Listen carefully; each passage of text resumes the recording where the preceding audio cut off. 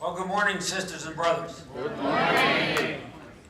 I think you just heard my speech. It's nice being here. Jose did a great job. Before I get started, I wanted to introduce a guest that dropped by to say hello. Tafari Gabri is the newly elected Vice President of the AFL-CIO.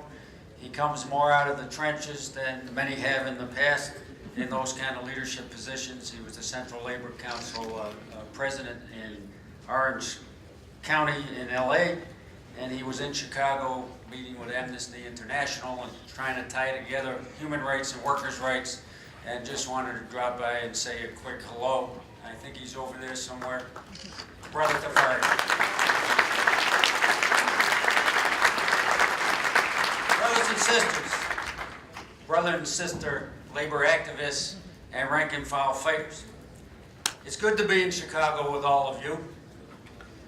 The Chicago of the Haymarket Martyrs and the fight for the 8-hour day. The Chicago of the struggles that gave birth to May Day, our wonderful international in the early 80s around Harold Washington, and electing the first black and progressive mayor of Chicago. The Chicago where in 2006 millions of people took to the streets against the criminalization of immigrant workers. The Chicago of the Republic Windows factory takeover. And the Chicago of the teachers' struggle and strike in defense of public education and their magnificent Community Alliance. And before I get into some specifics on the post office, I'd like to share some general points. I hope I don't bore you. Some of you may know these and a lot more, some may not. But last week, the Wall Street Journal had an article that reported this, quote, U.S. corporate profits hit new highs last year. Driven by the tight lid, firms have kept on hiring and spending. After-tax corporate profits rose to $1.9 trillion in the first 3 months of the year. Can we hear that? This is the reality. See, they're doing fine in this economic crisis, aren't they? Yeah. And what about the rest of us, brothers and sisters? Yeah. Right? So, they got bailed out, and we got sold out. And the rest of us are left with the devastation of the unemployment, the underemployment, and our declining standards of living. Now, we're hearing a lot from politicians on high in this election year about addressing income inequality.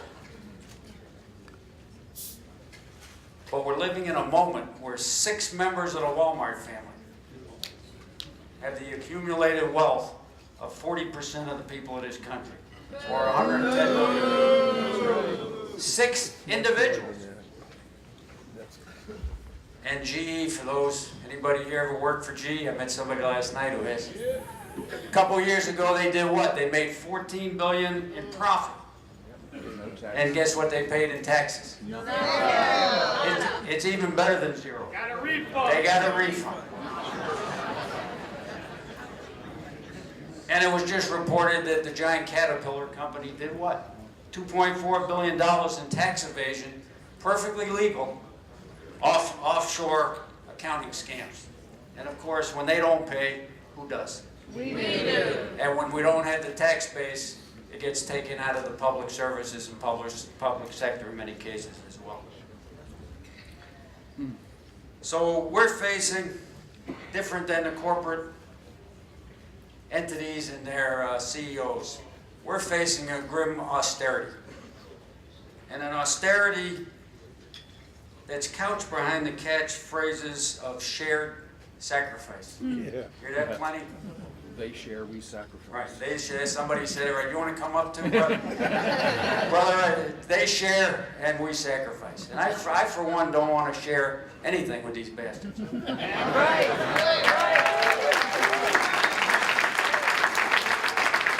We're going to share with Bill Gates. He gets a little, and we give, you know. If he Share a gave, kick in the ass for them. And the new but not so new Ryan budget proposals coming from the Republican side, the Democratic Party, White House appointed Simpson Bowles, they call it, I think, a deficit commission. It's an austerity commission.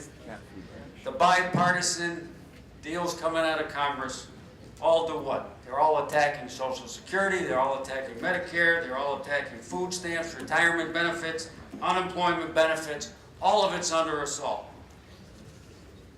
And according to these very same powers, it's all our individual fault. If one of us is unemployed or tons of us are unemployed, it's because we just don't work hard enough or didn't try hard enough.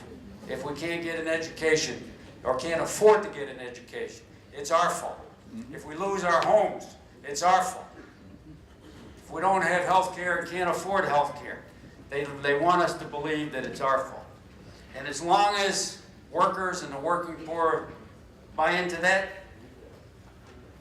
and we are bombarded with it, as long as we buy into that, we're going to be kept down, we're going to be kept divided, and we're going to be kept hopeless. That's right. If we don't deal with a system that creates the unemployment, that creates the homelessness, that doesn't provide health care as a human right, and so on and so forth. So throughout this austerity drive, and I think most people in the room know, it's not just in the United States. We've seen the Greek workers in the street and the French workers in the street fighting austerity. It's everywhere, because Wall Street's everywhere. But along with this drive is the war on the public good, public benefits, public rights, and public sector unions. After the capitalists got done just about destroying so many of our private sector unions, they've now unleashed their fury on public sector unions. And along with this drive and part of it is the privatization drive of public services, from education, public transportation, to public utilities, public hospitals, and public postal services. So I want to go into a little bit with you about the question of public postal services. I was shocked when I came into office. I had never read the existing law on the Postal Service. And when I read it, shocked may not be the right word. I was pleased and I was shocked. Because here's what it says when we talk about the public sector and public service. Because there's some parts of the public sector I don't want. I could do without the NSA spying on everybody.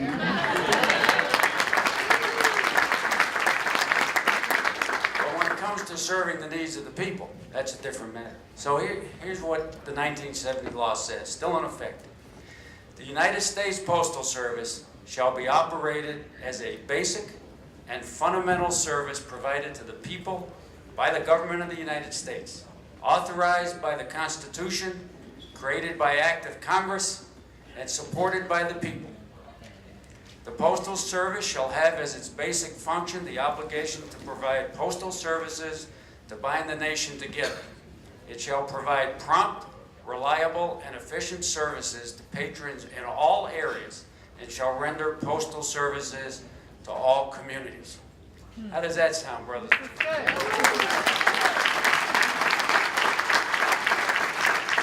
that's not what's happening, is it? No. So, a few thoughts here. So the Postal Service does belong to the people. Privatization represents a looting of what belongs to the people. Privatization represents a transfer of wealth from decently paid union workers to the bosses and owners who thrive off non-union, non-living wage jobs. Postal jobs, unionized postal jobs, have been one of the few areas of true equal opportunity and equal pay for equal work. And that's part of what's under attack right now in the Postal Service. Privatization robs our communities of decent jobs and the positive impact decent jobs have in creating healthy communities. And privatization of postal services will never provide universal and uniform services, because the services will only be provided where a buck can be made. So the very essence of the postal system, to serve whoever we are, wherever we live, no matter our nationality, no matter where we work, no matter how old or young we are, no matter what color of skin we have. That's one of the beauties of the public postal service. And that's what we'll be losing with privatization. All decisions would be made on whether somebody can make a buck. And to understand postal privatization, all you have to do is follow the money. The post office revenue is about $65 billion a year. Wow. With no taxpayer subsidies, money gathered off the people like us who use the postal system. So follow the money. That's what these privatizers are drooling over. And not to wear out the Wall Street Journal, but a couple years ago they had a major guest editorial called "Junking the Junk Mail Post Office." And part of it said this, quote, "Entrepreneurs will see the demise of the United States Postal Service as an opportunity, and new companies will emerge. Indeed, this transition can be one of the badly needed bright spots in a troubled American economy." End of quote. That article was penned by somebody named Gary McDougall, that when you read the fine print, he was on the board of directors of United Parcel Service for 34 years. But since the people trust the post office, frontal privatization is not such an easy thing. First, you have to degrade it, undermine it, not have enough people working the windows, have the lines long, have parking where you can't deal with, close early, deliver mail late into the night, and people are going to be forced to look elsewhere. I compared it in our campaign to a lot of what's happened to public education in this country. Before you can destroy it and move in for the kill, you have to undermine it and degrade it. And that's what's happening in the Postal Service. And it's been undermined by both representatives of the two corporate parties. We're functioning under a law, I won't bore you with much of it, from 2006 that forces the Postal Service to pre-fund retiree health care obligations 75 years out for workers that aren't even born yet. It's $5.5 billion a year being drained. It's being stolen out of the postal treasury into the federal treasury. And that law was passed by both parties. Neither of them have been willing to deal with that as well. And there's a new Senate bill called the Carper-Coburn bill that's come out, supposed to be postal reform. It's a Democratic Party bill coming out of a Democratic-controlled committee and a Democratic-controlled Senate. It would abolish 6-day delivery in due order, short order. It will further delay mail, and it will drive customers more and more into the hands of private services. Now, I do want to share with you that large parts of the Postal Service are already privatized. This is something we have to be very vigilant about. For those of you who've heard of pre-sort discounts, you can't get one. You have to pay the full freight, but the big mailers don't. About 60% of first-class mail is no longer sorted in the post office. It's sorted in what's called pre-sort houses, a big, profitable industry where they get discounts from the Postal Service. They're able to pay their workers $8.50, $9 an hour. And then the owners keep the profit in between. And companies like Pitney Bowes are in the lead of this. And these very same mailers dictate postal policy, which in turn further enriches them as well. And now we have Staples. You heard a little bit about it already. So the deal with the United States Postal Service and Staples is, it's a dirty deal. But it's the post office's 5-year plan. Put retail units where you go buy your stamps, mail your packages and so on, into the private sector. Make deals. We now know, we don't know how much, that the Postal Service is giving Staples a discount on the postal product. A discount. It's our money, it's our Postal Service, and they're giving them a discount. So This is a huge threat to, in regards to further privatization of the post office into the retail side. We represent 78,000 workers who work in the retail side of the Postal Service. And we're proclaiming that the U.S. mail is not for sale, and we're demanding that these units and Staples stores be staffed with postal employees who are accountable to the public and sworn to uphold the sanctity, security, and privacy.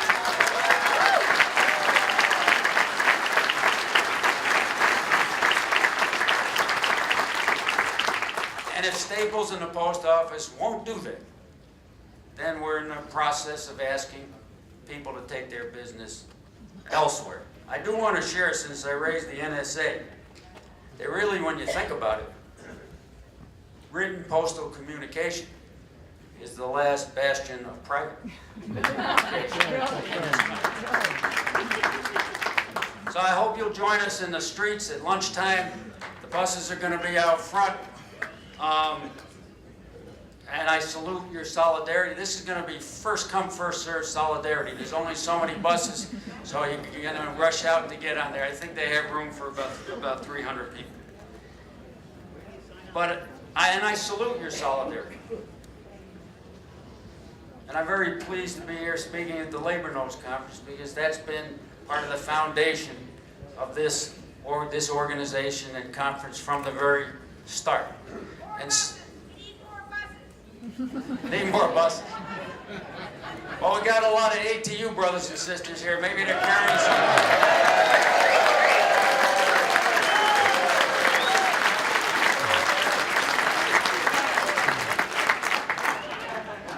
Let's take some stuff over. Take my garage. But solidarity, you know, when we engage in solidarity, we're not doing each other favors. Solidarity is not an option if we're going to rebuild and revitalize an ever-weakening, in many cases, labor movement. So I salute your solidarity. And by the way, it can't just stay in this room, and it can't just stay in this country.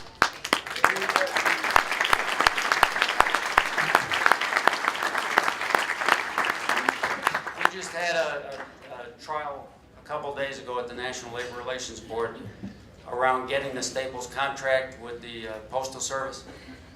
And it came out in evidence that the Postal Service studied, I think it was 5 different countries, about how to privatize their retail services as part of their assessment of what they were going to try to do here with Staples. And they don't plan to stop at Staples either. So, and I can't remember what countries those were, but they have no problem looking internationally, and we shouldn't have a problem working internationally either, if we're going to win. We have to have solidarity on all fronts at home and abroad. So I have a few other thoughts before I close, and maybe a little long. I was asked to say a few things about our election campaign in the APWU. And I'm not going to say that much, but I will say this. We simply told our members the truth as we understood it. We went to the rank and file around this country. We never offered a path of guaranteed or easy victories. The only thing we guaranteed is that if we were elected, we would wage an unrelenting fight alongside with the membership to save the public postal service, to fight to rebuild our union contracts, to fight to save our union, and we promised that we would enter the battlefield with no white flags of surrender. That was our promise.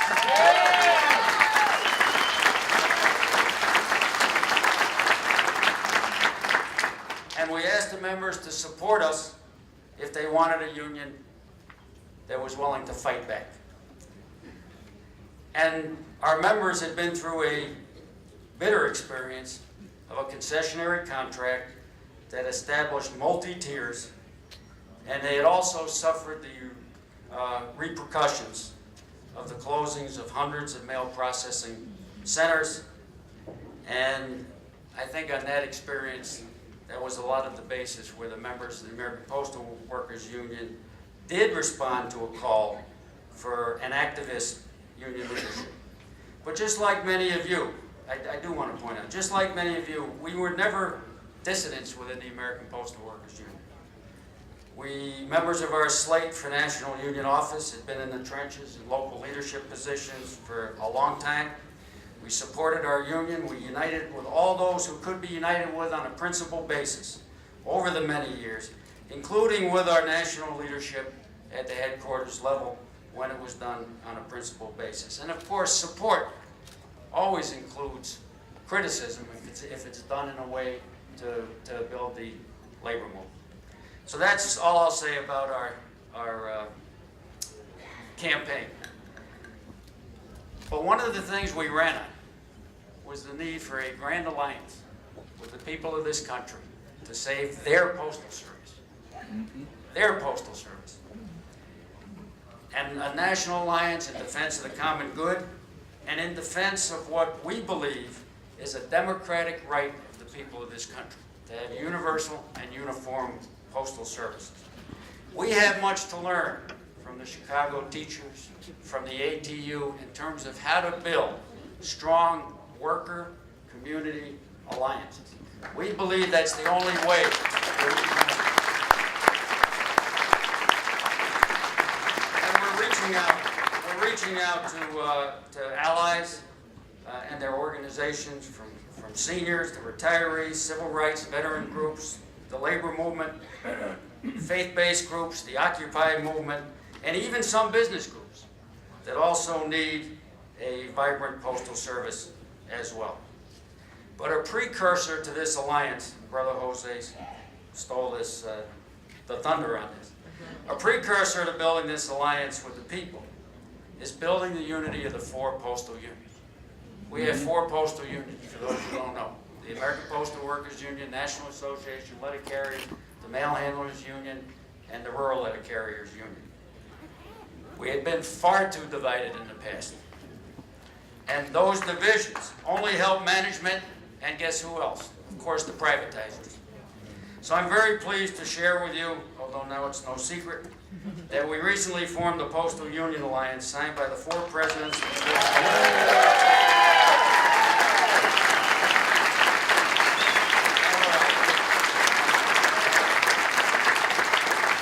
And we're pledging to work together on a number of fronts. And another key to building the Grand Alliance, we believe, is the struggle for postal banking, or what I call the public option to the banking system.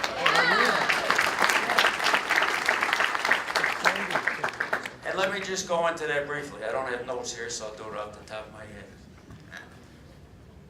I think most of us are aware of the predatory legal loan sharking operation that preys on the working poor, the payday loans, the check cashing places, the pawn shops, and so on and so forth.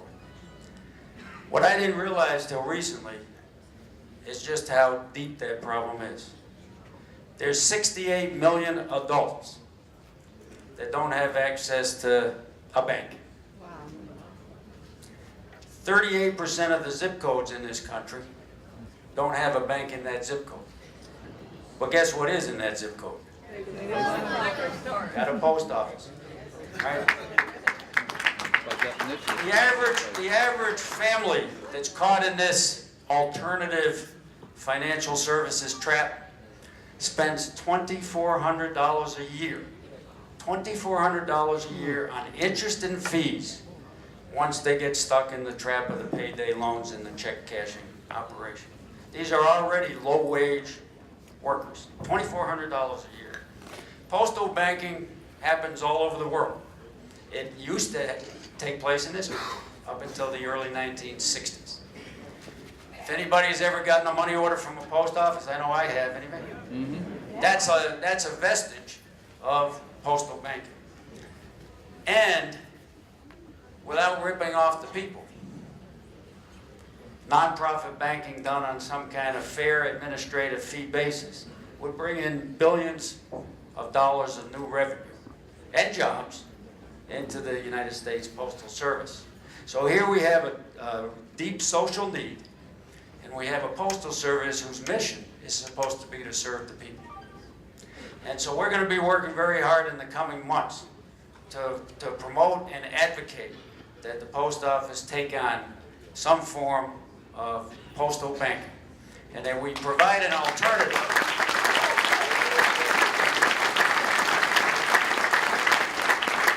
And that we provide an alternative to the greedy, private, too big to fail banking system that we have right now. And we are not going to be seeking, at least the postal unions right now, are not going to be seeking legislation. We're going to be working with brothers and sisters like you all over the country to just make the post office do the right thing. So it's going to take a movement of pressure for the post office to take on and meet the people of this country where they need the post office at. And postal banking is one of those places. Lastly, brothers and sisters, we have at least, I don't know if it's a long and rocky road, but we certainly have a rocky road ahead of us. But I think it's important for us and the postal unions and for all of us to realize that we're not alone. And when we come to conferences like that, it's much easier to understand that we are not alone. When the workers in Wisconsin rose up 100,000 strong in defense of their union rights, what did they show us? They showed the workers are willing and ready to stand up and fight back. The newly created National Union of Healthcare Workers represents a bright spot of democratic and militant unionism in this country. And the owners of Republic Window and Doors began moving out equipment and closing the plant. We all know what the workers did. We're not alone, brothers and sisters. And I'm still marveling at the magnificent alliance that the Chicago Teachers Union forged with the community.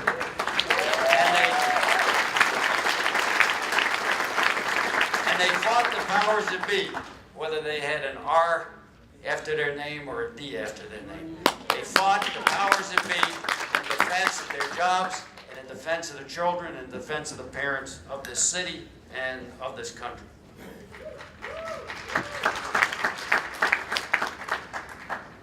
And the Walmart workers are certainly stirring. Fast food workers are demanding not a minimum wage, but what? A living wage. A living wage. 15 in a union. And in my home state, 80 to 100,000 people just marched. What they call the thousands on 8K on Jones Street, marched in defense of workers and democratic rights against a Tea Party-controlled governor, House, and Senate. And there, it's a great alliance because, you know, it ties in the question of those who want to engage in voter suppression as part of the attack on all of our rights, and also are in defense of workers' rights throughout the state of North Carolina and throughout the South and beyond. So, sisters and brothers,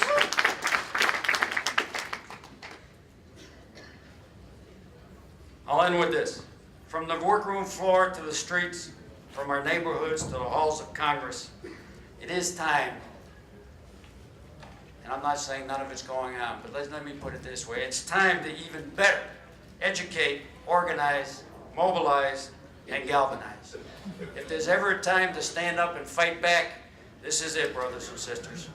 Frederick Douglass raised many moons ago that power concedes nothing without a demand. And we have to demand. And I'll leave you with the words of our labor troubadour, Joe Hill, framed by the copper bosses. Does anybody know what year? I don't remember what year. 1915. 1915. We do a lot of songs in the solidarity. Educated ground. Because I do think at the end of the day we have to be looking at whether it's attack on the public sector, workers, the people of this country, private sector workers and our unions. We have to be looking at how do we, as working folks, get the power we need to get the kind of decent lives that we and our families and our neighborhoods deserve. So I'll end you with this from Joe Hill. If we workers take an ocean, we can stop all speeding trains. Every ship upon the ocean, we can tie with mighty chains. Every wheel in the creation, every mine and every mill, fleets and armies of all nations will at our command stand still. Thank you, brothers and sisters. Carry on.